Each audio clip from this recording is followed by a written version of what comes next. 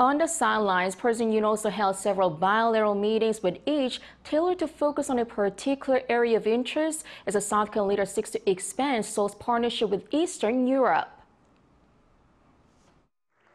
President Yoon Suk Yeol has sought to use the NATO summit in Vilnius as a path to expand South Korea's diplomacy in Europe through a series of meetings with the leaders of several NATO members and allies. Those include a meeting with Norwegian Prime Minister Jonas Gahr, where the leaders discussed cooperation on renewable energy, defense, and research in the Arctic region. And in his meeting with Dutch Prime Minister Rutter, a third time to do so, they discussed stabilizing the global semiconductor supply chain and cooperation on artificial intelligence. The digital sector also topped the agenda in Yoon's talks with Portuguese Prime Minister Antonio Costa.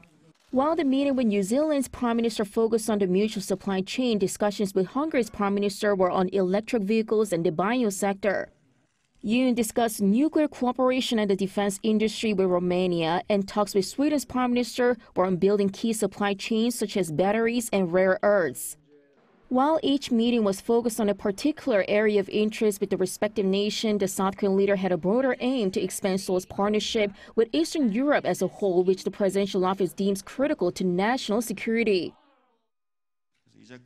Until now, Yoon's summit-level diplomacy was focused on Western Europe and America.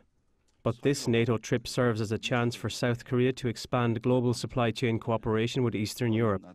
The region could play a strategic role in complementing Western Europe on economic security, with its basic science capability and potential.